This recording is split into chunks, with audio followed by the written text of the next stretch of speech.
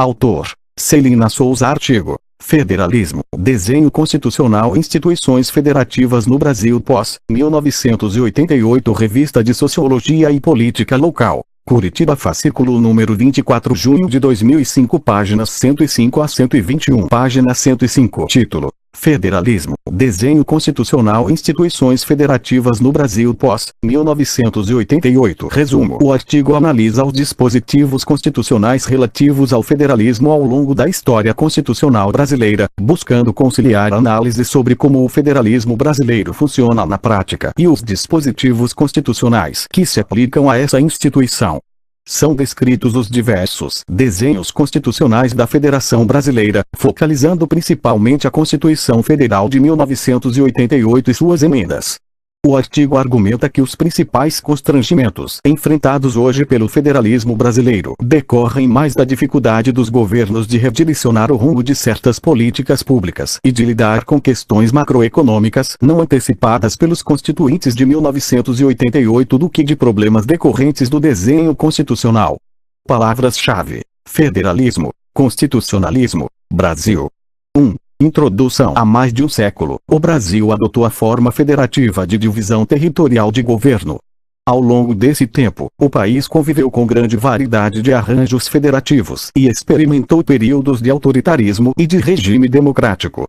Durante a vigência das 7 constituições que regeram as instituições brasileiras após a República, as regras relativas ao federalismo fizeram parte integrante do corpo constitucional. Daí a importância de estudar-se o federalismo brasileiro associando ao tema do constitucionalismo.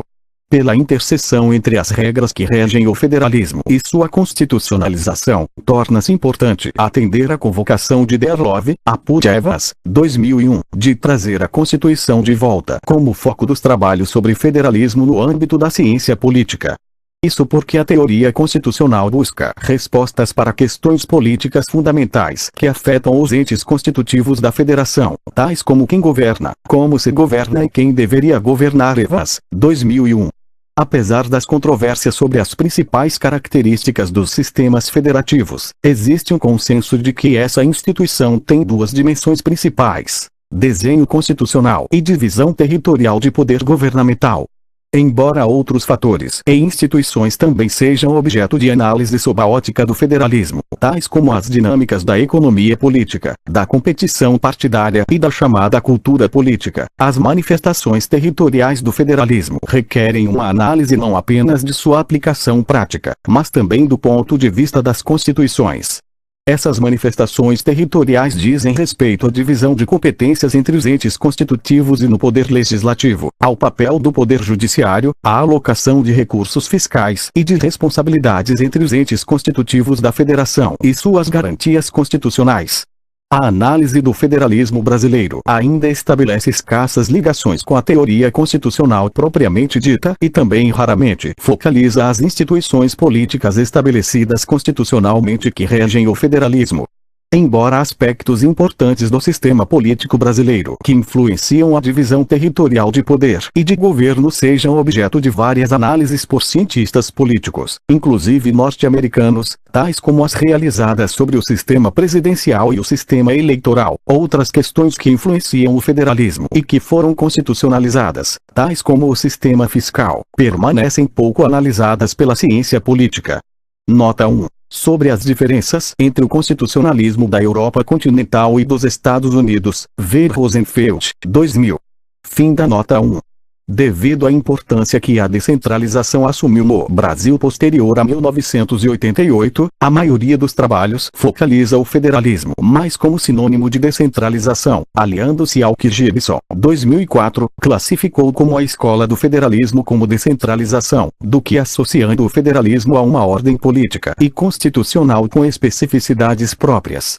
Página 106. Muitos trabalhos também analisam as relações que se estabelecem entre esferas de governos, focalizando as chamadas relações intergovernamentais, também como resultado da emergência de políticas descentralizadas, mas sobretudo pelo considerável aumento de programas intergovernamentalizados, tendência observada na maioria dos países federais e unitários. O sistema federal foi introduzido em 1889 e detalhado na Constituição de 1891. Como sabemos, e diferentemente de muitas federações, a brasileira nunca foi uma resposta às clivagens sociais decorrentes de conflitos étnicos, linguísticos ou religiosos. Movimentos separatistas ocorreram apenas durante o período colonial e no início do século XIX a unidade do país não era questionada. Por isso, as constituições brasileiras não prevêem regras para a secessão e a de 1988 ainda estabelece que nenhuma emenda constitucional pode abolir a forma federativa de Estado. Dado que a unidade do país não se constitui em ameaça, as constituições sempre declararam que todo o poder emana do povo e não da nação, do Estado ou das unidades constitutivas da federação, como ocorre em muitos países federais, sinalizando que o sistema federativo brasileiro está assentado no princípio do individualismo e não no das instituições coletivas. Nesse sentido, o constitucionalismo brasileiro aproxima-se da tradição norte-americana, em que, baseada na concepção lockeana, os direitos fundamentais têm sua origem nos indivíduos, distanciando-se da tradição da Europa continental, onde o Estado é a fonte dos direitos fundamentais. Nota 2. Sobre as diferenças entre o constitucionalismo da Europa continental e dos Estados Unidos, ver Rosenfeld, 2000. Fim da nota 2. A federação foi criada a partir das 20 províncias herdadas do sistema unitário, contando hoje com 26 estados, o Distrito Federal e 5.561 municípios, distribuídos em 5 regiões. Existe um consenso de que as heterogeneidades econômicas entre as regiões se constituem no principal problema do federalismo brasileiro, e os dados mostram que a concentração econômica regional aumentou nos anos 1990, após leve declínio registrado durante o regime militar. Tal declínio não deve ser creditado, todavia, à centralização fiscal daquele regime nem à sua característica autoritária, mas sim às altas taxas de crescimento econômico registradas por quase uma década, de cerca de 10% que permitiram aos formuladores de políticas públicas a adoção de políticas voltadas para amenizar o desequilíbrio econômico entre as regiões. Este artigo busca suprir a lacuna da ainda escassa atenção ao desenho constitucional do federalismo no Brasil nos trabalhos da ciência política. Nesse sentido, o artigo busca conciliar análise sobre como o federalismo brasileiro funciona na prática com os dispositivos constitucionais que a ele aplicam-se, apesar do alerta de Ricker, 1975, de que, para entendermos o funcionamento dos sistemas federais, não é necessário compreender a estrutura constitucional, mas sim as forças reais do sistema político, os sistemas de partidos nacionais, as práticas políticas e as estruturas do poder econômico. No entanto, dada a carência de trabalhos na ciência política voltados para trazer a Constituição de volta, e embora concordando com Ricker, que a estrutura constitucional não prediz, por si só, o impacto causal das instituições federais ou a dinâmica política interna das federações, a descrição e a análise da estrutura constitucional pode ajudar-nos a compreender melhor como o federalismo opera, principalmente em um país como o Brasil, que possui uma história constitucional complexa e onde o federalismo sempre assumiu realce nos dispositivos constitucionais. O artigo descreve os diversos desenhos constitucionais da Federação Brasileira, focalizando principalmente a Constituição Federal de 1988 e suas emendas. Argumento, em consonância com Ricker, que os principais constrangimentos enfrentados hoje pelo federalismo brasileiro decorrem, em parte, mais da dificuldade dos governos de redirecionar o rumo de certas políticas públicas e de lidar com questões macroeconômicas não antecipadas pelos constituintes de 1988 do que de problemas decorrentes do desenho constitucional. Isso mostra que existe uma distância entre os dispositivos constitucionais e as circunstâncias políticas e econômicas, com as últimas prevalecendo sobre os mandamentos constitucionais. Argumento, ainda, que esse desenho acomoda as clivagens regionais existentes no território, que geram, também, formas assimétricas de distribuição de poder territorial. Nota 3. Esse argumento está mais elaborado em Souza, 1997, 2002, 2003. Gibson e Faletti, 2004, desenvolvem o mesmo argumento para a Constituição e para os futuros desdobramentos da Argentina como federação.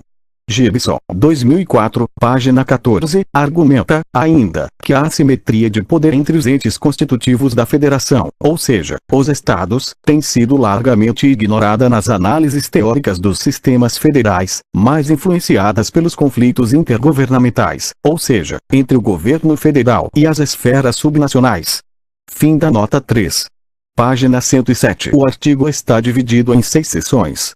A próxima descreve os dispositivos constitucionais sobre a federação inscritos nas constituições anteriores à de 1988, enquanto a seção seguinte focaliza a Constituição em vigor. A seção 4 analisa os princípios constitucionais da federação. A 4 trata da estrutura e do funcionamento do sistema federativo, detalhando suas principais instituições do ponto de vista constitucional. A 6 é dedicada ao financiamento das instâncias federativas. A seção 7 discute brevemente as principais mudanças constitucionais que afetam as esferas de governo e a última seção apresenta algumas conclusões. Seção 2. Federalismo nas constituições anteriores a 1988. Nota 4. Esta seção é uma versão resumida de artigo publicado anteriormente. Ver Souza, 2001. Fim da nota 4. O desenho do federalismo brasileiro pode ser mais bem compreendido por meio de uma breve descrição das constituições anteriores a 1988. Isso porque as constituições refletiram as barganhas políticas e territoriais que ocorreram ao longo da nossa história. Além disso, essas constituições, enquanto refletiam as mudanças nos regimes políticos, também mantiveram ou fortaleceram muitos dispositivos constitucionais das constituições anteriores, com poucas exceções. Debates sobre a divisão territorial de poder tiveram início muito antes do fim da era colonial e o principal objetivo do movimento republicano era o federalismo e não a liberdade, como nos mostram os historiadores. Carvalho, 1993. No entanto, federalismo, associado à descentralização, e liberdade eram tratados como sinônimos. A opção pelo federalismo, apesar de ser inspirada na experiência dos Estados Unidos, não foi uma simples cópia daquele sistema porque sua adoção foi precedida de debates e porque as elites regionais eram favoráveis à descentralização, vista como sendo alcançável por um sistema federal e não por um sistema unitário. Apesar de algumas instituições norte-americanas, como o sistema presidencialista, o federalismo e o controle de constitucionalidade terem sido adotadas como uma das bases das instituições políticas brasileiras e, apesar da influência, mais tarde, das constituições de Weimar e do México na constitucionalização dos direitos sociais, o Brasil construiu sua própria história constitucional ao longo da elaboração de suas 7 constituições. A primeira Constituição escrita do Brasil foi promulgada em 1824, após a independência de Portugal. Essa Constituição delegou poderes administrativos às então 16 províncias. Embora as províncias não contassem com autonomia política formal ou informal, essa delegação foi interpretada como abrindo caminho para uma futura federação. A Constituição de 1891, promulgada após a República, seguiu a promessa descentralizadora do mote republicano: centralização, secessão, descentralização, unidade. Por essa Constituição, recursos públicos foram canalizados para alguns poucos estados, mostrando que a Federação Brasileira nasceu sob a égide da concentração de recursos em poucos estados e escassas relações existiam entre os entes constitutivos da Federação, caracterizando esse período como o de uma federação isolada. Esse isolamento foi interrompido em 1930, com o golpe de Vargas. Uma das primeiras medidas após o golpe foi perdoar as dívidas dos estados com a União, inclusive a maior de todas, a de São Paulo, contraída por força dos subsídios ao café, pacificando, assim, os possíveis descontentamentos das elites regionais. Love, 1993.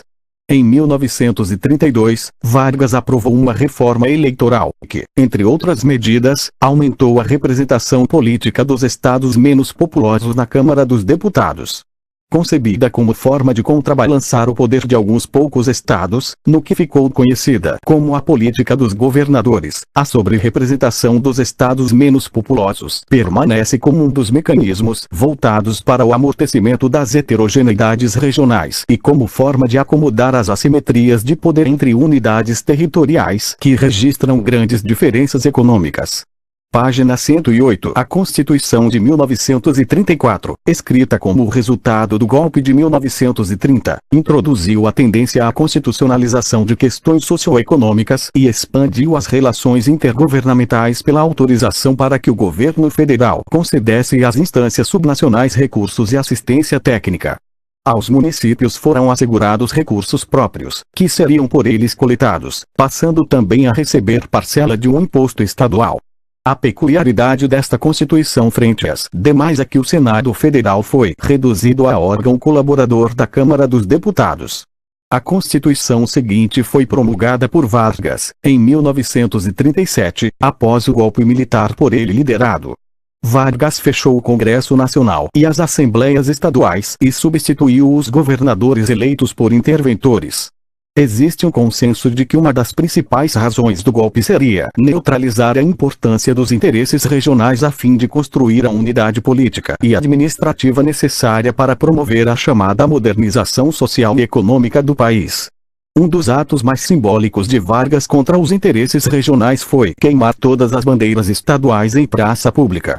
Os governos subnacionais perderam receitas para a esfera federal, mas a mais importante medida foi delegar ao governo federal a competência para legislar sobre as relações fiscais externas e entre os estados.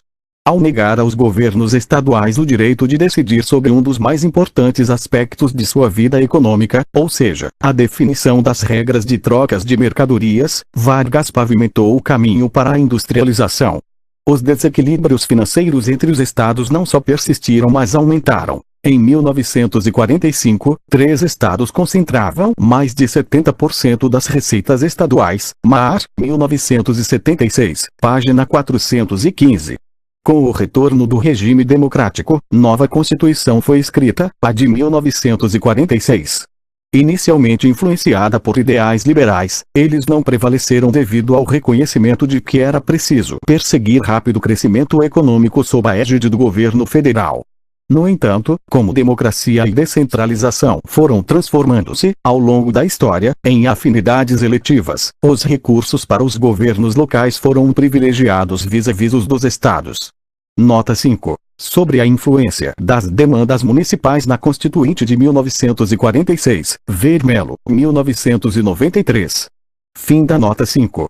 A Constituição de 1946 introduziu o primeiro mecanismo de transferências intergovernamentais da esfera federal para as municipais, excluídos os estados, na tentativa de diminuir os desequilíbrios verticais de receita, mas o critério de transferência não continha nenhum mecanismo de equalização fiscal, dado que consistia em dividir o montante a ser transferido pelo número de municípios existentes. Rezende, 1976, página 238.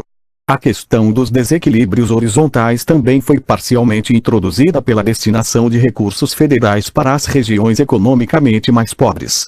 Essas medidas, no entanto, tiveram efeito reduzido devido ao crescimento das atividades federais, ao aumento do número de novos municípios, à inflação e ao não pagamento das quotas federais aos municípios. Mar, 1976, página 241.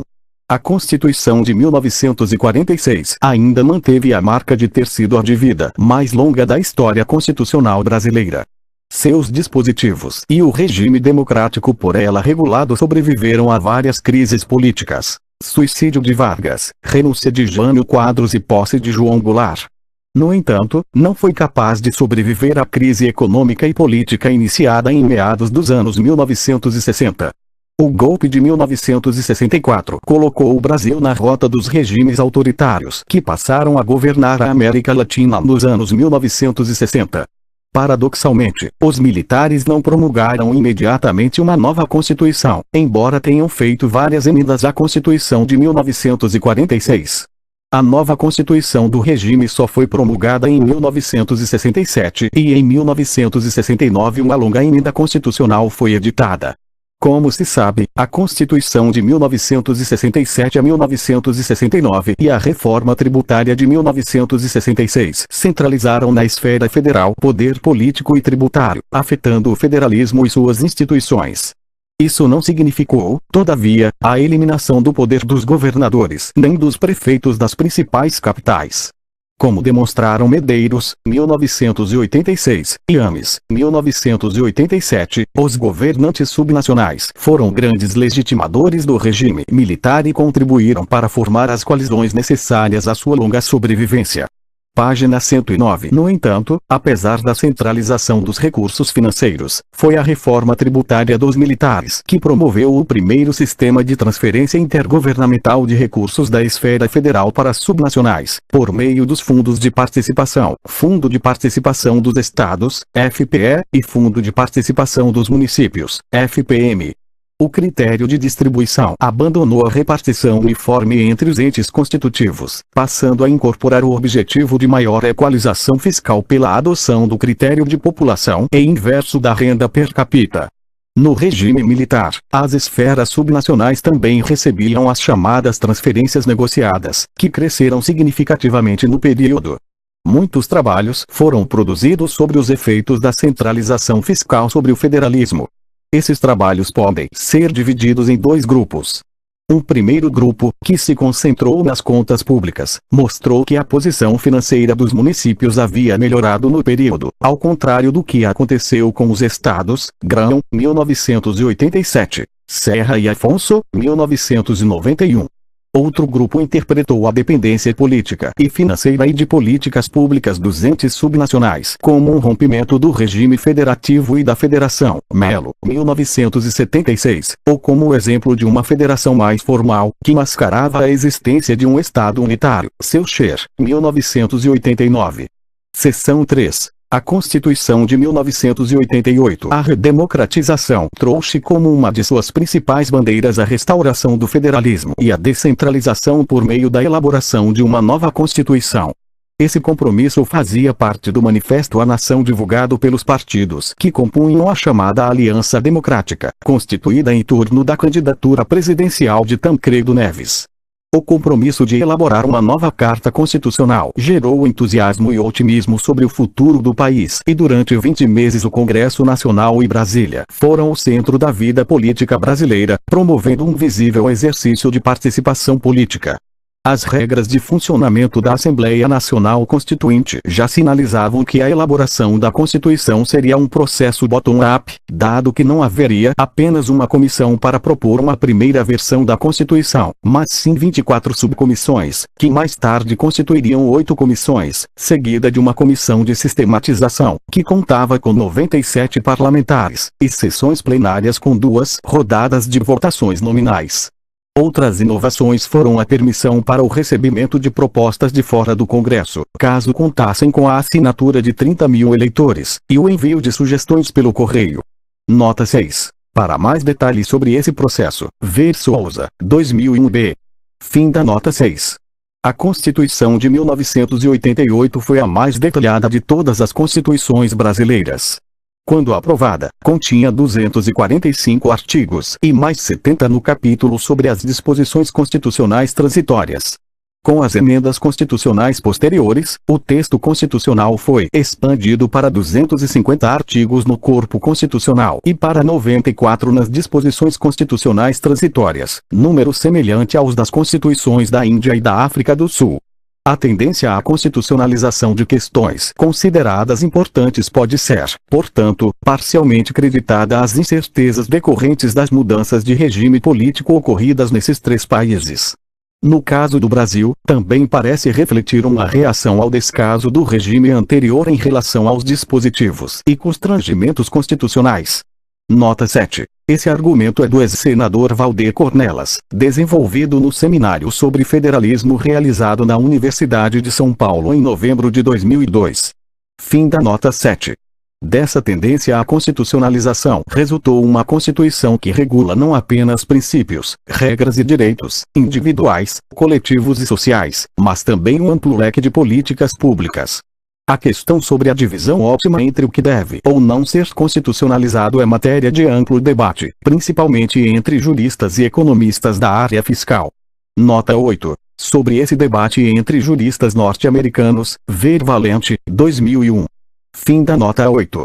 O debate é importante porque envolve a decisão sobre que matérias devem ser objeto de quórum qualificado ou de supermaiorias, que matérias ficam excluídas do processo político, as cláusulas pétreas das constituições, e quais as que ficam submetidas às decisões majoritárias, ou seja, aquelas que devem ser objeto de leis ordinárias.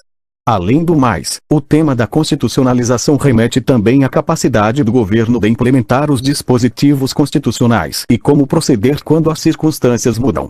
Página 110. A Constituição de 1988 apresenta algumas peculiaridades em relação às constituições anteriores. A primeira é que não foi produto de um texto desenhado por especialistas, especialmente juristas, como aconteceu em 1891 e em 1934, nem se espelhou em constituições anteriores, como em 1946. A segunda é que as constituições anteriores foram o resultado de um processo de ruptura política que já ocorrerá, ao passo que em 1988 sua elaboração ocorreu ainda como parte do processo de transição democrática. Werner Viana, 1999. A terceira inovação, e mais diretamente relacionada com o federalismo, é que aos constituintes foi permitido decidir sobre a manutenção ou não do sistema federativo, proibido na convocação das constituintes anteriores. Embora a Constituição de 1988 não tenha sido precedida de debates sistemáticos como nos Estados Unidos, reunidos em ensaios que ficaram conhecidos como o Federalista, houve ampla divulgação de sua pauta e do trabalho da Comissão Afonso Arinos, que a precedeu. Nota 9. Sobre esse ponto, ver Limongi, 1989. Fim da nota 9. Ademais, suas regras foram capazes de conciliar os interesses de novos e velhos atores políticos e grupos de interesse. Essa opção pela conciliação pode ser também um dos fatores explicativos de por que a Constituição se tornou tão detalhada e por que contém muitos dispositivos que requerem regulamentação posterior, apesar de seu alto nível de detalhe, alguns exigindo leis complementares e outros leis ordinárias. Nota 10. Segundo o levantamento de Rosen, 1990, página 778, a Constituição requeria a elaboração de 285 leis ordinárias e 41 complementares. Fim da nota 10. O consenso foi o caminho possível pela ausência de uma clara maioria partidária ou ideológica. Devido às razões acima expostas, os constituintes tiveram vários incentivos para desenhar uma federação em que o poder governamental foi descentralizado e em que vários centros de poder, embora assimétricos, tornaram-se legitimados para tomar parte do processo decisório. Em algumas questões, a Constituição de 1988 contrastou com as anteriores, principalmente nos seguintes aspectos: na provisão de mais recursos para as esferas subnacionais. B. Na expansão dos controles institucionais e societais sobre os três níveis de governo, pelo aumento das competências dos poderes legislativo e judiciário e pelo reconhecimento dos movimentos sociais e de organismos não governamentais como atores legítimos de controle dos governos e C. Pela universalização de alguns serviços sociais, em particular a saúde pública, antes restrita aos trabalhadores do mercado formal, tendo como princípio diretivo a descentralização e a participação dos usuários. No entanto, a Constituição de 1988 conservou certas características das constituições anteriores, tais como a tendência à constitucionalização de muitas questões, mantida nas emendas constitucionais aprovadas posteriormente. B. O fortalecimento dos governos locais vis-à-vis os estados. C. A tendência à adoção de regras uniformes para as esferas subnacionais, em especial as instâncias estaduais, dificultando a adoção de políticas próximas de suas prioridades, e D. A impossibilidade de avançar em políticas voltadas para a diminuição dos desequilíbrios regionais, apesar da existência de mecanismos constitucionais que ou não foram operacionalizados ou são insuficientes para uma efetiva política de equalização fiscal. Seção 4. Princípios Constitucionais da Federação. Subseção 4. 1. Federalismo. Nota 11. Para uma visão das principais características institucionais dos países federais, ver Griffiths, 2002. Fim da nota 11. Diferentemente de muitas federações, a brasileira, assim como a belga, é um sistema de 3 níveis, triplo federalismo, porque incorporou os municípios, juntamente com os estados, como partes integrantes da federação, refletindo uma longa tradição de autonomia municipal e de escasso controle dos estados sobre as questões locais. Como se sabe, os 3 níveis de governo têm seus próprios poderes legislativos e os níveis federal e estaduais têm seus próprios poderes judiciários. Os estados são representados no Senado Federal, mas não no Executivo, embora informalmente se mantenha a tradição de assegurar a representação dos interesses de vários estados no Poder Executivo Federal por meio da indicação para cargos, os quais combinam, em geral, filiação partidária com os interesses das lideranças estaduais que integram a coalizão de apoio ao Poder Executivo Federal. Página 111. Apesar de a Constituição de 1988 ter reduzido o número de casos em que o governo federal pode intervir nos estados e os estados nos municípios, o Instituto da Intervenção ainda vigora, embora sujeito à aprovação legislativa. Pedidos para a presença do Exército nas grandes cidades por força de questões como o aumento da violência e greves das polícias militares estaduais têm reacendido o debate sobre a intervenção, que, no caso brasileiro, inclui um dispositivo que desestimula seu uso, dado que emendas constitucionais são proibidas na vigência da intervenção. Desde a promulgação da Constituição de 1988, outorgar o rótulo de centralizado ou descentralizado ao federalismo brasileiro parece não dar conta da sua atual complexidade. A federação tem sido marcada por políticas públicas federais que se impõem nas instâncias subnacionais, mas que são aprovadas pelo Congresso Nacional e por limitações na capacidade de legislar sobre políticas próprias, esta última também constrangida por decisões do Poder Judiciário. Além do mais, poucas competências constitucionais exclusivas são alocadas aos estados e municípios, como também ocorre em outros países em desenvolvimento, tais como o México e a África do Sul.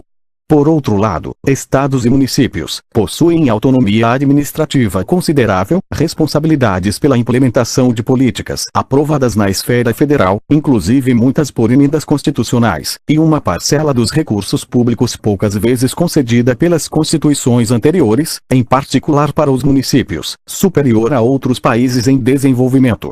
Subseção 4.2. Estatuto dos entes constitutivos. Do ponto de vista constitucional, todas as unidades constitutivas possuem poderes e competências iguais, como ocorre nos Estados Unidos e no México.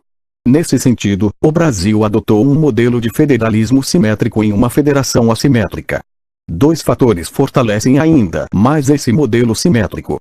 O primeiro é que as regras sobre as competências, recursos e políticas públicas das entidades subnacionais são capítulos detalhados da Constituição, deixando pouca margem de manobra para iniciativas específicas. O segundo é que o Supremo Tribunal Federal, STF, vem decidindo sistematicamente que as constituições e as leis estaduais reflitam os dispositivos federais ou são monopólios federais, o que impõe uma hierarquia das normas constitucionais e legais, apesar da Constituição não explicitar tal princípio. Como argumentam Oscar Vilhena e Werner Viana, 1999, todo direito relevante é um direito federal. Os estados acabam sendo quase apenas entes gestores do direito federal.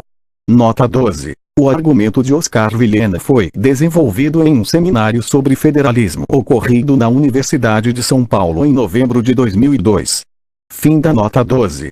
Diferentemente de federações como a Austrália, Índia, México, Suíça e Estados Unidos, onde emendas à Constituição Federal devem ser ratificadas pelas assembleias estaduais ou via referendo, essa exigência não existe no Brasil, onde se assume que os representantes dos estados no Senado Federal são os guardiões dos interesses estaduais. Apesar de os estados terem constituições próprias, todas aprovadas em 1989, e apesar de as regras constitucionais federais estabelecerem que essas constituições deveriam obedecer aos princípios da Constituição Federal, a maioria das constituições estaduais é uma mera repetição dos mandamentos federais. As poucas tentativas de criar regras não explicitamente especificadas pela Constituição Federal, mas não proibidas, foram declaradas inconstitucionais pelo STF. Isso se deve menos ao fato de que a Constituição de 1988 ser extremamente detalhada e mais à interpretação do STF, referida acima, de que as constituições e as leis estaduais devem ser subsumidas pelo que dispõe a legislação federal. Subseção 4.3. Distribuição de competências entre os entes constitutivos. As constituições brasileiras sempre detalharam as competências dos 3 níveis de governo, embora a de 1988 seja a mais detalhada. A União detém o maior e o mais importante leque de competências exclusivas. Apesar da competência residual ser dos estados, tal como nos Estados Unidos, Austrália e México, o alto nível de detalhe da Constituição de 1988 deixa pouco espaço para o exercício da competência residual. Página 112. No que se refere às competências concorrentes, os constituintes de 1988 fizeram uma clara opção pelo princípio de que a responsabilidade pela provisão da maioria dos serviços públicos, em especial os sociais, é comum aos 3 níveis, como mostra a tabela 1. Nota 13. A existência de grande número de competências partilhadas entre diferentes níveis de governo não é uma peculiaridade brasileira. Pesquisa realizada pela Universidade Pompeu Fabru, de Barcelona, identificou que a jurisdição sobre programas sociais é altamente compartilhada entre a esfera federal, os estados e os municípios, principalmente na Alemanha, no Canadá, na Austrália, na Suíça e nos Estados Unidos. Agranov, 2003. Fim da nota 13. Isso gera debates acalorados sobre qual nível é responsável por qual política ou serviço público. Tal debate, que resulta, muitas vezes, em trocas de acusações entre governantes, desconsidera que os constituintes optaram por uma divisão institucional de trabalho entre os entes federativos claramente compartilhada, sinalizando que o federalismo brasileiro teria um caráter mais cooperativo do que dual ou competitivo. No entanto, e apesar do grande número de competências concorrentes, na prática existem grandes distâncias entre o que prevê a Constituição e sua aplicação. O objetivo do federalismo cooperativo está longe de ser alcançado por 2 razões principais. A primeira está nas diferentes capacidades dos governos subnacionais de implementarem políticas públicas, dadas as enormes desigualdades financeiras, técnicas e de gestão existentes. A segunda está na ausência de mecanismos constitucionais ou institucionais que estimulem a cooperação, tornando o sistema altamente competitivo. Tabela 1. Competências concorrentes. Descrição da tabela 1. Esfera de governo. Federal, estadual, local. Competências partilhadas. Serviço/atividade. Saúde e assistência pública, assistência aos portadores de deficiência, preservação do patrimônio histórico, artístico, cultural, paisagens naturais notáveis e sítios arqueológicos, proteção do meio ambiente e dos recursos naturais, cultura, educação e ciência, preservação das florestas, da fauna e da flora, agropecuária e abastecimento alimentar, habitação e saneamento, combate à pobreza e aos fatores de marginalização social, exploração das atividades hídricas e minerais, segurança do trânsito, políticas para pequenas empresas, turismo e lazer. Fim da descrição da tabela 1. Fonte: Brasil, 1988. Diante do exposto, pode-se afirmar que a lógica que rege a distribuição de competências entre os entes constitutivos da federação é paradoxal. Por um lado, os constituintes decidiram reduzir os recursos financeiros federais vis-à-vis os outros 2 níveis de governo, situação que foi parcialmente revertida ao longo dos últimos anos. Por outro lado, os constituintes aumentaram as competências legislativas e de jurisdição do governo federal, ao mesmo tempo em que aumentaram o leque das competências concorrentes. A questão das competências remete à pergunta de como o poder dos chefes dos poderes executivos federais e estaduais está formal e informalmente distribuído na Federação Brasileira após a redemocratização. A literatura é controversa sobre esse ponto. Uma corrente, representada pelos trabalhos de Abrúcio, 1998, Mainwaring, 1999, Ames, 2000, e Stepan, 2000, argumenta que a federação é dominada pelos interesses estaduais.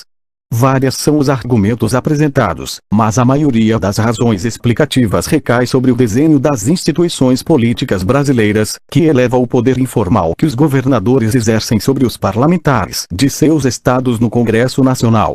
Página 113. Essa corrente associa a essa divisão informal e formal de poder a problemas de governabilidade e a paralisia decisória. Nota 14. 4 sobre o debate da relação entre as instituições políticas brasileiras e a governabilidade. Ver Palermo, 2000. Fim da nota 14. Outra corrente analisa a divisão de poder dentro da federação como fragmentada entre vários centros de poder, embora com capacidades desiguais, mas que competem entre si. A partir dessa perspectiva, os governos federais e estaduais partilham o poder de deliberar sobre questões que afetam seus interesses. Nota 15. Ver, entre outros, Souza, 1997, 2001b, 2002. Embora não tratando diretamente da divisão de poder entre os entes constitutivos da federação, os trabalhos de Argelina Figueiredo e de Fernando Limongi demonstram o sucesso do Executivo Federal em fazer aprovar no Congresso Nacional questões do seu interesse. Ver, principalmente Figueiredo e Limongi, 1999. Fim da nota 15. Essa visão argumenta que após a redemocratização a divisão formal e informal de poder entre os poderes executivos federais e estaduais passou por 3 fases. A primeira foi fortemente marcada pelo papel crucial que os governadores eleitos em 1982 exerceram na campanha das diretas já, tornando-os um dos principais fiadores da redemocratização. Salum Júnior, 1996, daí resultando grande influência dos interesses subnacionais na Constituinte de 1987 a 1988. A segunda fase foi marcada pelas dificuldades iniciais de adaptação dos representantes dos entes federativos às novas regras constitucionais.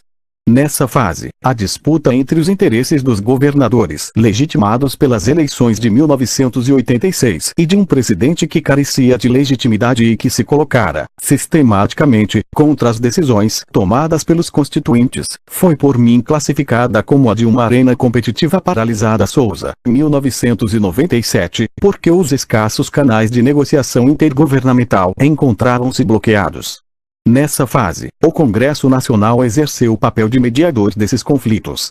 Um exemplo claro, relatado por Kugelmas, Salum Júnior e Graef, 1989, ocorreu nas negociações do primeiro orçamento federal aprovado após as mudanças promovidas pela Constituição, quando o Poder Executivo Federal incluiu entre suas receitas parcela advinda da cobrança das dívidas estaduais, medida contestada pelos governadores.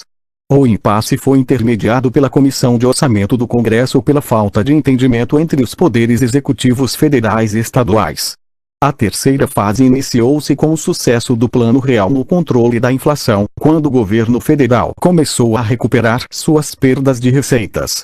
Essas 3 fases mostram que os poderes executivos das duas esferas governamentais não eram nem são atores passivos e que a divisão de poder dentro da Federação Brasileira sinaliza a existência de conflitos e negociações em torno dos interesses dos entes federados. Na visão de muitos juristas, a divisão de poder favorece a União devido ao seu papel central na definição de políticas, à carência de recursos financeiros de muitos estados e ao excessivo poder de legislar, que promove uniformidade nos governos e nas políticas estaduais. Nota 16. Ver, entre outros, Bercovici, 2003. Fim da nota 16.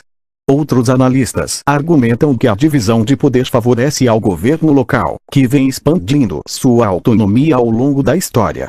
Essa interpretação, todavia, não encontra fundamentação na teoria do federalismo, que considera apenas as esferas federal e estadual de governo. Assim, a relativa importância financeira do município brasileiro e seu papel de principal provedor de importantes políticas sociais não é matéria propriamente concernente à teoria do federalismo, e sim dos conceitos de descentralização e de relações intergovernamentais. Dado que a teoria do federalismo não incorpora a situação de espaços territoriais que possuem garantias constitucionais próprias, inclusive tributárias, como é o caso dos municípios brasileiros, os conceitos de relações intergovernamentais e descentralização-centralização seriam os mais apropriados para analisar situações como a brasileira, tornando-se de crucial importância para o melhor entendimento de como o federalismo atua na prática. O uso desses 2 conceitos pode iluminar a análise sobre a distribuição de poder territorial em países como o Brasil, onde os municípios assumem papel de destaque, não apenas pela existência de políticas descentralizadas, mas pelo seu relativo descolamento da jurisdição dos estados. Nenhum mecanismo ou instituição regulando as relações intergovernamentais está previsto na Constituição de 1988. O parágrafo único do artigo 23 estabelece que lei complementar fixará normas para a cooperação entre a União e os Estados, Distrito Federal e os municípios, tendo em vista o equilíbrio do desenvolvimento e do bem-estar em âmbito nacional. Brasil, 1988. Página 114. No entanto, tal lei nunca foi proposta pelo Poder Executivo ao Congresso Nacional e não existem sinais de que esteja na agenda dos entes governamentais. Isso não significa, todavia, que as relações intergovernamentais são inexistentes. Os governos subnacionais partilham recursos federais, os municípios partilham parcelas de impostos estaduais e existem várias políticas sociais, particularmente saúde e educação fundamental, que contam com diretrizes e recursos federais, mas são implementadas principalmente pelos municípios. No entanto, com exceção das áreas acima referidas, as relações intergovernamentais são altamente competitivas, tanto vertical como horizontalmente, e marcadas pelo conflito.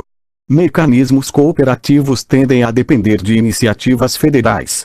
Nota 17. Um exemplo é a gestão de bacias hidrográficas, que conta com a participação de todas as esferas de governo por exigência de legislação federal.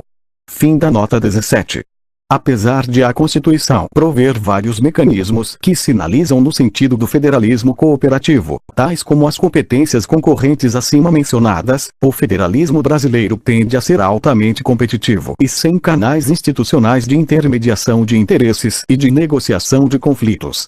Já que nosso sistema federativo é altamente competitivo, como são resolvidos os conflitos entre esferas de governo? Cabe ao STF esse papel pela sua competência de controle de constitucionalidade, por meio das ações diretas de inconstitucionalidade, ADINs. A lista de instituições que podem propor ADINs foi consideravelmente ampliada pela Constituição de 1988. Presidente da República, mesas do Senado Federal, da Câmara dos Deputados e das Assembleias Legislativas, governadores, Procurador-Geral da República, Conselho Federal da Ordem dos Advogados do Brasil, partido político com representação no Congresso Nacional e confederação sindical ou entidade de classe de âmbito nacional. Os governadores são os mais ativos proponentes de ADINs, mas grande parte das ações ocorreu em 1990, após a promulgação das constituições estaduais. Nota 18. Entre 1988 e 2004, foram requeridas 320 ADINs, das quais 26% pelos governadores. Brasil. Supremo Tribunal Federal, 2005. Fim da nota 18. Paradoxalmente, essas ações não objetivavam defender a autonomia dos estados frente à legislação federal, mas sim pedir o reconhecimento judicial da inconstitucionalidade de decisões tomadas pelas assembleias constituintes estaduais. Nota 19. Sobre esse ponto, ver o detalhado trabalho de Werneck Viana, 1999. Fim da nota 19. Seção 5. Estrutura e funcionamento da Federação. Subseção 5. 1. Instituições gerais. O sistema presidencial sempre foi a opção preferencial dos constituintes brasileiros, exceto por 14 meses, entre 1961 e 1963.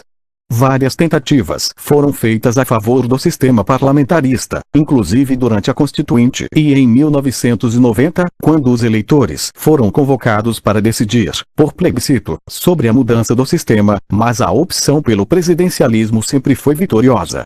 Exceto durante os períodos autoritários, a separação entre os poderes da República foram princípios proeminentes das constituições. Todavia, e como ocorre na maioria dos sistemas presidencialistas, o Poder Executivo tem sido o principal iniciador de legislação. Prevalece um sistema de freios e contrapesos complexo. O STF pode declarar a inconstitucionalidade de lei aprovada pelos poderes executivos federais e estaduais e anular decisões tomadas pelo Congresso Nacional. Os recursos do Poder Judiciário provêm do orçamento federal aprovado pelo Congresso. Medidas que podem ser iniciadas apenas pelo Executivo têm que ser submetidas ao Congresso. A Câmara dos Deputados pode instaurar processo contra o Presidente da República, cujo julgamento cabe ao Senado Federal. Este, por sua vez, é a instituição que mais detém competências no sistema de freios e contrapesos, sendo responsável pelo julgamento de membros do STF, pela ratificação de nomes indicados pelo Presidente da República para vários cargos no Poder Executivo e pela decisão sobre pedidos de empréstimos internos e externos dos 3 níveis de governo. Página 115. Subseção 5, 2. Poder Executivo Federal. Composto pelo Presidente da República e pelos ministros, o Poder Executivo possui o maior número de competências exclusivas, compreendendo 25 itens do artigo 21 da Constituição Federal de 1988.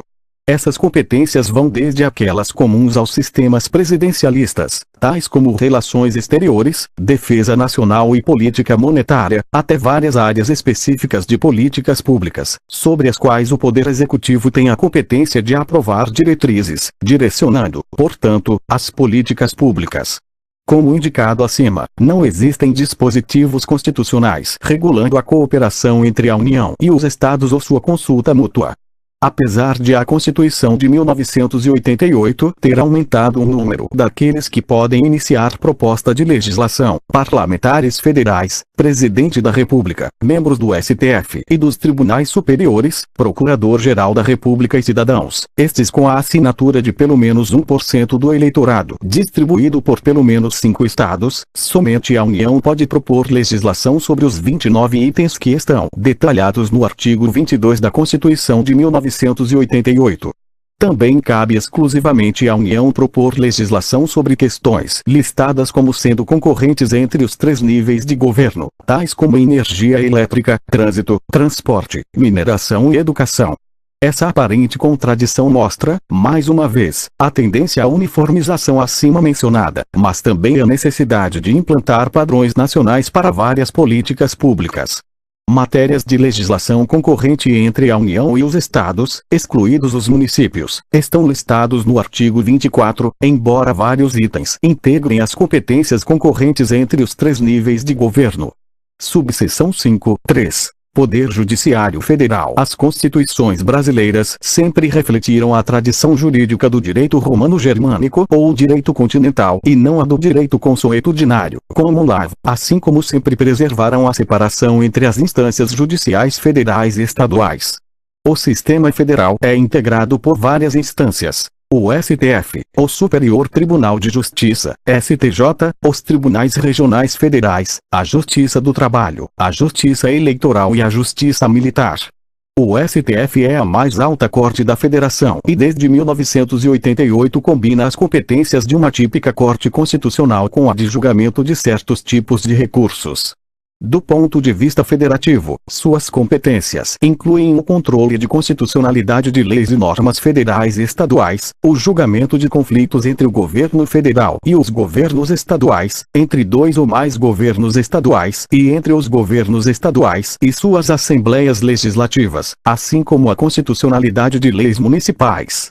Isso significa que o STF pode anular leis federais, estaduais e municipais interpretadas por seus membros como inconstitucionais.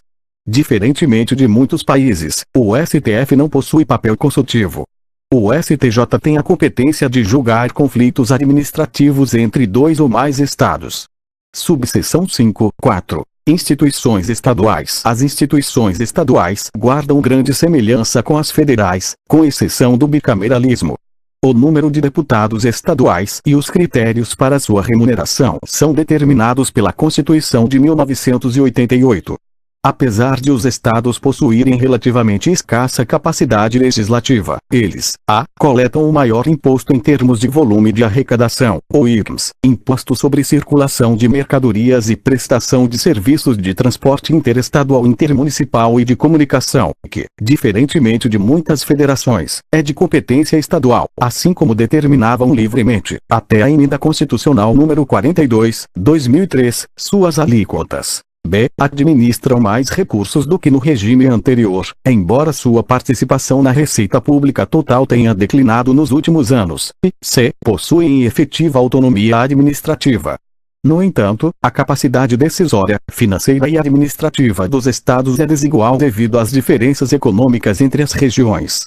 Assim como acontece na relação entre a União e os estados, inexistem provisões constitucionais regulando as relações entre os estados.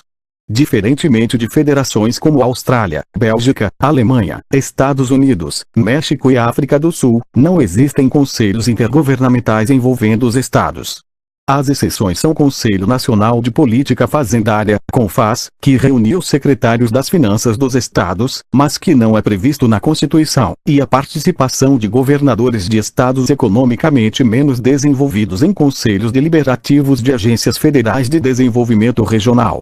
Página 116. Alguns programas federais são desenhados para contar com a participação de representantes dos estados, mas tais estruturas só se materializam por iniciativa do governo federal e quando estão envolvidas transferências de recursos federais. Subseção 5. Instituições municipais. As regras que regem os governos municipais estão escritas na Constituição Federal, inclusive as relativas a seus recursos. Assim como acontece com os estados, a capacidade dos governos locais de implementar políticas e de arrecadar recursos próprios é altamente diferenciada. Também como ocorre com os estados, o número de vereadores e os critérios para sua remuneração são determinados por legislação federal. Com a Constituição de 1988, os municípios passaram a ser regidos por leis orgânicas próprias, elaboradas pelos seus respectivos legislativos. A partir de meados dos anos 1990, os governos locais passaram a ser os principais provedores dos serviços de saúde e de educação fundamental, a partir de regras e de recursos federais, as quais visam a garantir aos cidadãos locais padrões mínimos de atendimento. A adesão dos municípios a essa transferência tem sido avaliada como um sucesso em termos quantitativos, principalmente no que se refere à saúde. Tal sucesso tem sido creditado a uma política concebida como um sistema complexo de relações intergovernamentais que combina incentivos e sanções aos entes subnacionais. Nota 20. Ver, entre outros, a RESC, 2000. Fim da nota 20. Essa transferência pela responsabilidade de implementação é avaliada como tendo reduzido os conflitos entre os governos locais pela disputa pelos recursos federais. Por outro lado, e dado que as políticas de saúde e de educação foram basicamente municipalizadas, as relações intergovernamentais que se estabeleceram são muito mais frequentes entre a União e os municípios, com participação limitada dos governos estaduais. Diferentemente do que ocorre nos estados e nos grandes municípios, as relações intermunicipais vêm ocorrendo de maneira cada vez mais crescente, por meio da constituição de inúmeros consórcios, principalmente nas áreas de saúde, proteção ambiental e desenvolvimento econômico. A municipalização não se tem restringido aos governos como provedores de políticas sociais, mas também às comunidades locais. Vários programas federais e outros financiados com recursos de agências multilaterais exigem a constituição de conselhos comunitários para o repasse de recursos. A Constituição de 1988 abriu o caminho para essa participação e para a municipalização por ter incorporado o princípio, que se aplica à maioria das políticas sociais, de que elas deveriam ser descentralizadas e participativas. Seção 6. Sistema fiscal. Subseção 6. 1. Sistema tributário. A Constituição assegura a capacidade de tributar aos 3 níveis de governo. Alguns impostos e contribuições são exclusivos da esfera que os arrecada, outros são coletados pela União e partilhados com estados e municípios, outros ainda são coletados pelos estados e partilhados com os municípios. A Constituição não autoriza nenhum nível de governo a criar novos impostos sem emendas à Constituição, embora existam 2 exceções que se aplicam à União. Em caso de iminência de guerra ou para financiar o sistema de seguridade social, embora a última requeira a aprovação do Congresso Nacional, mas sem o quórum de supermaioria requerido pelas emendas constitucionais. As regras e mesmo as alíquotas de alguns impostos, inclusive estaduais e municipais, são determinadas pela instância federal. Um princípio constitucional merece registro pelo seu caráter federativo. Trata-se da proibição a qualquer nível de governo cobrar imposto sobre o patrimônio, renda ou serviços uns dos outros, garantindo, assim, imunidade intergovernamental do ponto de vista da taxação. A distribuição dos recursos tributários, apesar de hoje muito mais concentrada na União do que quando da promulgação da Constituição de 1988, assegura às esferas subnacionais cerca de 32% de todos os impostos coletados no país. Com as transferências, elas recebem 43% das receitas totais. Do lado das despesas, os governos subnacionais são responsáveis por 70%, 10,1% do produto interno bruto, PIB, da despesa com pessoal e por 80% da formação bruta de capital fixo, 2,2% do PIB. Afonso, 2004, página 5. Página 117, subseção 6, 2. Empréstimos. Para contrair empréstimos, os três níveis precisam da autorização de seus respectivos legislativos e da aprovação do Banco Central e do Senado Federal. A promulgação da Lei de Responsabilidade Fiscal, LRF, em 2000, e de um conjunto de outras leis ordinárias federais, tornou quase impossível a contratação de novos empréstimos, em especial pelos governos subnacionais. É importante notar que uma das maiores fontes de financiamento dos governos estaduais para a realização de investimentos, os organismos multilaterais, não estão sujeitos aos limites da LRF. Como se sabe, a dívida pública tem sido um sério constrangimento não só para as contas públicas, mas para o próprio crescimento econômico do país. Antes dos ajustes promovidos no final dos anos 1990, os estados eram os maiores devedores, representando 42% da dívida pública total. Essa dívida foi federalizada, embora os estados aloquem cerca de 13% da sua receita líquida real para seu pagamento. Subseção 6, 3. Alocação de recursos. A despeito dos esforços dos constituintes, a concentração de recursos na União retornou a antigos patamares, assim como a concentração de atividades econômicas em algumas regiões e espaços territoriais. Isso não significa que um sistema de melhor equalização fiscal não tenha sido tentado nas constituições anteriores. A Constituição de 1988 aprofundou o complexo sistema de transferências intergovernamentais de recursos com objetivos redistributivos. Introduzido pelos militares, mas aumentando pela Constituição de 1988, parcelas de dois impostos federais, o IR, Imposto sobre a Renda e Proventos de Qualquer Natureza, e o IP, Imposto sobre Produtos Industrializados, são transferidas por meio de fundos de participação, com o objetivo de diminuir as diferenças econômicas entre as regiões. Os estados recebem 21,5% dessas transferências, sendo que 85% são destinados às regiões Norte, Nordeste e Centro-Oeste e os restantes 15% às regiões Sul e Sudeste. A fórmula para determinar a quota de cada estado leva em consideração o tamanho da população e o inverso da renda per capita. Os municípios recebem 22,5%, sendo que, desse valor, 10% destinam-se às capitais. A distribuição dos restantes 90% também leva em conta a população e o inverso da renda per capita. Apesar de visarem melhor equalização fiscal, essas transferências estão longe de aproximarem-se dos sistemas de equalização vigentes em países como Canadá, Alemanha e Suíça. Existem também outros mecanismos de transferências federais para as esferas subnacionais.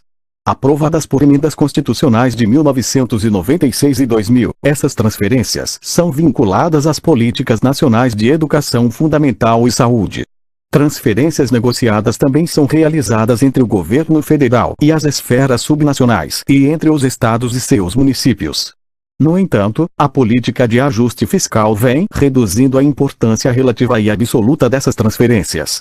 Outros dispositivos constitucionais também buscam enfrentar as desigualdades regionais, tais como a determinação da aplicação de um percentual das transferências federais nas regiões Norte, Nordeste e Centro-Oeste e b. A regionalização do orçamento federal a fim de dar transparência aos gastos federais em cada região. Todas essas iniciativas, todavia, não são ainda suficientes para diminuir os desequilíbrios horizontais, tanto em termos absolutos como relativos. Seção 7. Mudanças constitucionais. Nota 21. Para uma análise sobre as principais reformas constitucionais. Vermelho, 2002, e Couto e Arantes, 2003. Fim da nota 21. Desde a promulgação da Constituição de 1988, sua reforma esteve na agenda de vários organismos públicos, privados e multilaterais, inclusive os governos, tornando-a a mais emendada Constituição brasileira. A Constituição de 1988 conta hoje com 42 emendas, mais 6 de revisão, estas aprovadas por maioria simples, porque realizadas em 1994 durante o período constitucionalmente previsto para sua revisão. Embora o número de votos requerido para a aprovação de emendas seja baixo em comparação com outros países, 3/5, exigem-se votações nominais em 2 turnos. Devido ao fato de que os constituintes concentraram seus esforços na criação de regras capazes de legitimar o novo regime democrático, com escassa preocupação com questões de natureza macroeconômica, a maioria das emendas, em especial as de mais difícil negociação, foi dedicada a reformulações voltadas para atender aos novos objetivos da política macroeconômica. Página 118. As regras relativas ao federalismo também foram afetadas pelas mudanças que ocorreram na agenda política do país com a abertura da economia. As emendas constitucionais que afetam as relações entre governos promoveram mudanças no que foi desenhado originalmente. Essas mudanças, impuseram limites na liberdade das instâncias subnacionais de aplicar recursos próprios, como resultado da política de ajuste fiscal. B. Vincularam parcela das receitas subnacionais à aplicação nos serviços de saúde e educação fundamental e C. Reduziram os recursos federais sem vinculações transferidos para estados e municípios. Emendas e outras leis infraconstitucionais também criaram novas contribuições e aumentaram as alíquotas de algumas já existentes, mas que não são partilhadas com as esferas subnacionais, reduzindo a participação dos recursos à disposição dos entes subnacionais vis-à-vis a esfera federal.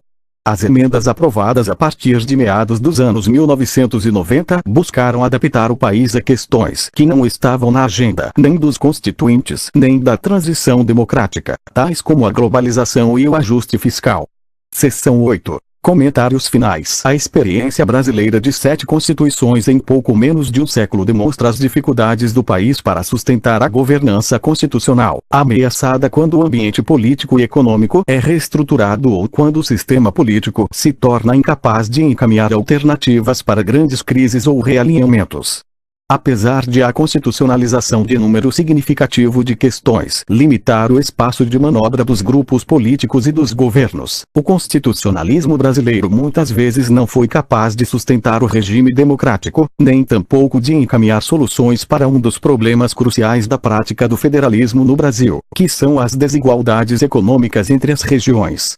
Apesar dessas limitações, a federação foi fortalecida com a Constituição de 1988 por ter promovido maior equilíbrio entre seus entes constitutivos.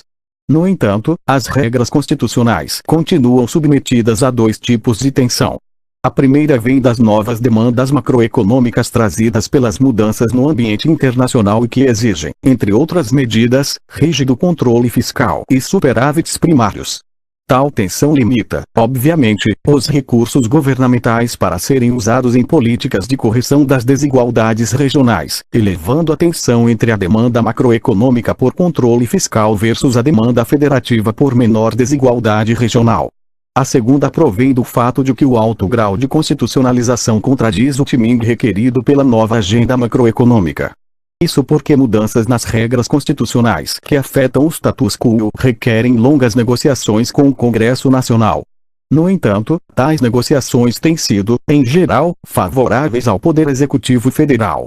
Essas mudanças, todavia, ainda são submetidas ao julgamento de constitucionalidade por parte do STF. Além das tensões referidas acima, os problemas atuais do federalismo e do constitucionalismo no Brasil apontam para 3 questões. A primeira, e mais importante, é que a federação está assentada em alto grau de desigualdade entre as regiões, a despeito das medidas constitucionais que buscam diminuí-la. Tal desigualdade é histórica e parece que soluções para minimizar vão requerer prolongadas negociações e longo tempo para seus efeitos serem sentidos, isso se quando entrarem na agenda política e não apenas durante a elaboração de novas regras constitucionais. Ainda relacionada a essa questão, a abertura da economia brasileira também tende a aumentar a distância econômica entre os estados. Nota 22. O Sudeste responde por 55% das exportações brasileiras, o Sul por 26%, o Nordeste por 8%, o Norte por 6% e o Centro-Oeste por 5%. Afonso, 2004, página 16. Fim da nota 22. A segunda relaciona-se à tendência ao tratamento uniforme das esferas subnacionais, em particular os estados, associada à maior redução relativa de suas receitas, inclusive pelo pagamento de suas dívidas com a União, federalizadas no final dos anos 1990. Paralelamente, existem hoje relações diretas entre o governo federal e os municípios decorrentes da descentralização das políticas sociais. Esses fatores limitam a capacidade de iniciativa dos governos estaduais, inclusive no que se refere a novos investimentos tanto em infraestrutura como nas áreas sociais. A terceira questão é a escassa existência de mecanismos de coordenação e cooperação intergovernamentais, tanto vertical como horizontal, coibindo a criação de canais de negociação que diminuam a competição entre os entes federados. Página 119. A síntese que pode ser feita é que a solução para os principais problemas que afetam o federalismo brasileiro depende menos de como o federalismo está hoje desenhado na Constituição e das instituições que o modelam do que do encaminhamento de conflitos políticos mais amplos, em que o das desigualdades regionais inscreve da redefinição de prioridades governamentais, tema, portanto, do território das políticas públicas e não da Constituição. Celina Souza, celina@ufba.br, é doutora em Ciência Política pela London School of Economics and Political Science, LSE, e pesquisadora do Centro de Recursos Humanos, CRH, da Universidade Federal da Bahia, UFBA. Referências bibliográficas: Abrúcio, F.L. 1998. Os Barões da Federação. São Paulo, Ocitec. Afonso, J.R. 2004. Brasil, um caso à parte. Trabalho apresentado no 16º Regional Seminar of Fiscal Policy, organizado pela Comissão Econômica para a América Latina e o Caribe, realizado em Santiago do Chile, em 13 de setembro. Digital. Agranov, R. 2003. Intergovernmental Policy Management. Trabalho apresentado na Conferência Internacional Vichy Federalism. Realizado em Savelletri, Itália, em 22 a 27 de março. Digital. Almeida, MHT 2001. Federalismo, Democracia e Governo no Brasil. Ideias, Hipóteses, Evidências. Big, Rio de Janeiro, número 51, página 13 a 34. Ames, B. 1987. Political Survival, Politicians and Public Policy in Latin America. Berkeley, University of California. 2000. T.D. Adlock of Democracia em Brasil. Ann Arbor, University of Michigan. Arrest, M. 2000.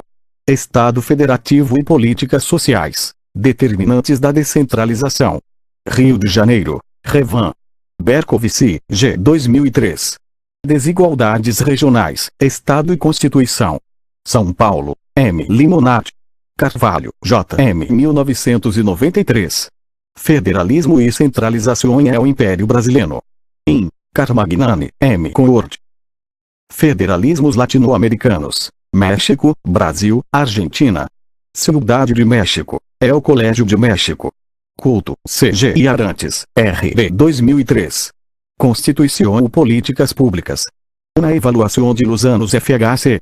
In. Palermo, V. Compilador. A Política Brasileira Contemporânea, de Collor a Lula em Anos de Transformação. Buenos Aires, Siglo XXI. Evans, M. 2001. Estudei in TNU Constitutionalism, Bringing Political Science Back in. British Journal of Politics and International Relations, volume 3, número 3, página 413 a 426. Figueiredo, A. e Limongi, F. 1999. Executivo e Legislativo na Nova Ordem Constitucional. Rio de Janeiro, Fundação Getúlio Vargas. Gibson, E. 2004. Federalism and Democracy, Theoretical Connections and Cautionary Insights. In. Editor. Federalism and Democracy in Latin America. Baltimore, Johns Hopkins University. Gibson, E. Faletti, T. 2004. Unity Stick, Regional Conflict and the Origins of Argentine Federalism.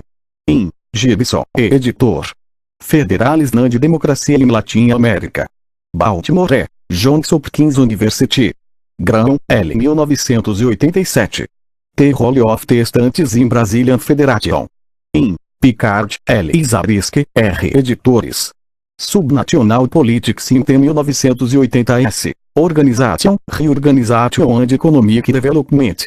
New York, Harvester VTF. Griffiths, A.L. 2002. Handbook of Federal Countries, 2002. Montreal, Forum of Federations. Kugelmas, E. Salum Jr., BYF, E. 1989. Conflito Federativo e Transição Política. São Paulo em Perspectiva, volume 3, número 3, página 95 a 102. Página 120. Limongi, F. 1989. O Federalista, Remédios Republicanos para Males Republicanos. In. V. Fort, F. Organizador. Os Clássicos da Política. Maquiavel, Hobbes, Locke, Montesquieu, Rousseau, O Federalista. São Paulo, Ática. Love, J. L. 1993. Federalismo e Regionalismo em Brasil, 1889 a 1937. In. Carmagnani, M. Conrad. Federalismos Latino-Americanos. México, Brasil, Argentina. Ciudade de México, é o Colégio de México. Mar, D.J. 1976. Federalismo Fiscal no Brasil, a experiência histórica. In. Rezende, F. Organizador. Política Fiscal e Programação dos Gastos do Governo. Rio de Janeiro, Instituto de Pesquisas Econômicas Aplicadas. Mainvaring, S. 1999. Rethinking e Party Systems in the Third Wave of Democratization, The Case of Brazil. Stanford University. Medeiros, A.C. 1986. Politics and Intergovernmental Relations in Brasil, 1964, 1982. New York, Garland. Mello, M.A. 1993. Municipalismo, Nation Building e a Modernização do Estado no Brasil. Revista Brasileira de Ciências Sociais, São Paulo, volume 23, número 8, página 83 a 100. 2002. Reformas Constitucionais no Brasil, Instituições Políticas e Processo Decisório. Rio de Janeiro, Revan. Mello, D.L. 1976. O Controle dos Governos Municipais. Revista de Administração Municipal, Rio de Janeiro, volume 36, página 27 a 42. Palermo, V. 2000. Como se governa o Brasil? O debate sobre instituições políticas e gestão de governo. Dados, Rio de Janeiro, volume 43, número 3, página 580 a 691. Rezende, F. 1976. Finanças Públicas e Transferências Intergovernamentais. In. Organizador. Política Fiscal e Programação dos Gastos do Governo. Rio de Janeiro, Instituto de Pesquisas Econômicas Aplicadas. Ricker, W. 1975.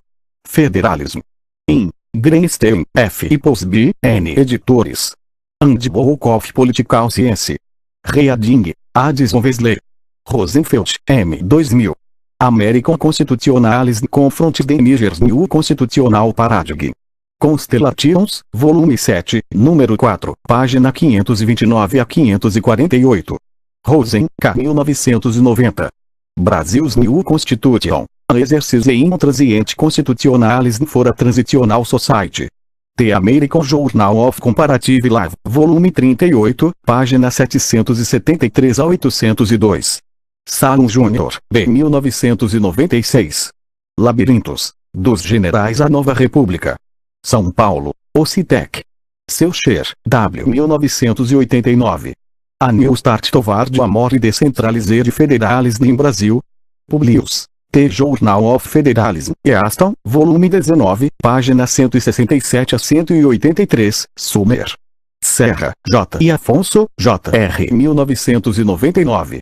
Federalismo Fiscal à Brasileira, algumas reflexões. Revista do Budis, Rio de Janeiro, volume 6, número 12, página 12 a 32. Souza, C. 1997. Constitutional Engineering in Brasil, The Politics of Federalism and Decentralization. London, Macmillan. 2001. Federalismo e Gasto Social no Brasil, Tensões e Tendências. Lua Nova, São Paulo, número 52, página 5 a 28. 2001b. Federalismo e Descentralização na Constituição de 1988. Processo decisório, conflitos e alianças. Dados, Rio de Janeiro, volume 44, número 3, página 513 a 560. 2002. Brasil. The Prospects of a Center Constraint Federation in a Fragmented Polity. Publics. The Journal of Federalism e Aston, volume 32, número 2, página 23 a 48, Spring. 2003. Federalismo e conflitos distributivos. Disputa dos estados por recursos orçamentários federais.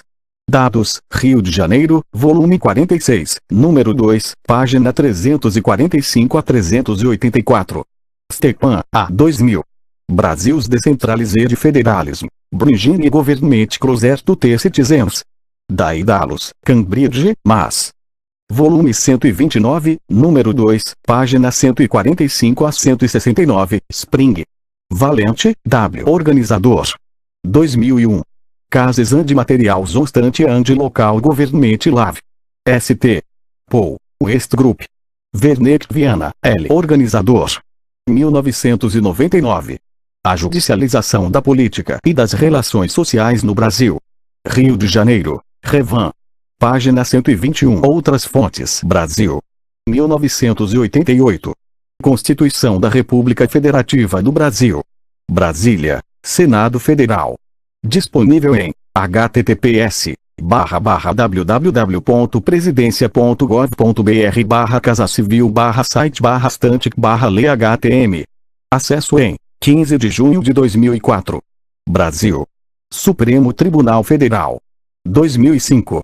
Ações diretas de inconstitucionalidade, 1988 a 2005, por requerente. Brasília, Supremo Tribunal Federal. Disponível em http://www.stf.gov.br/bndpj/stf/adrit.asp. Acesso em 23 de maio de 2005.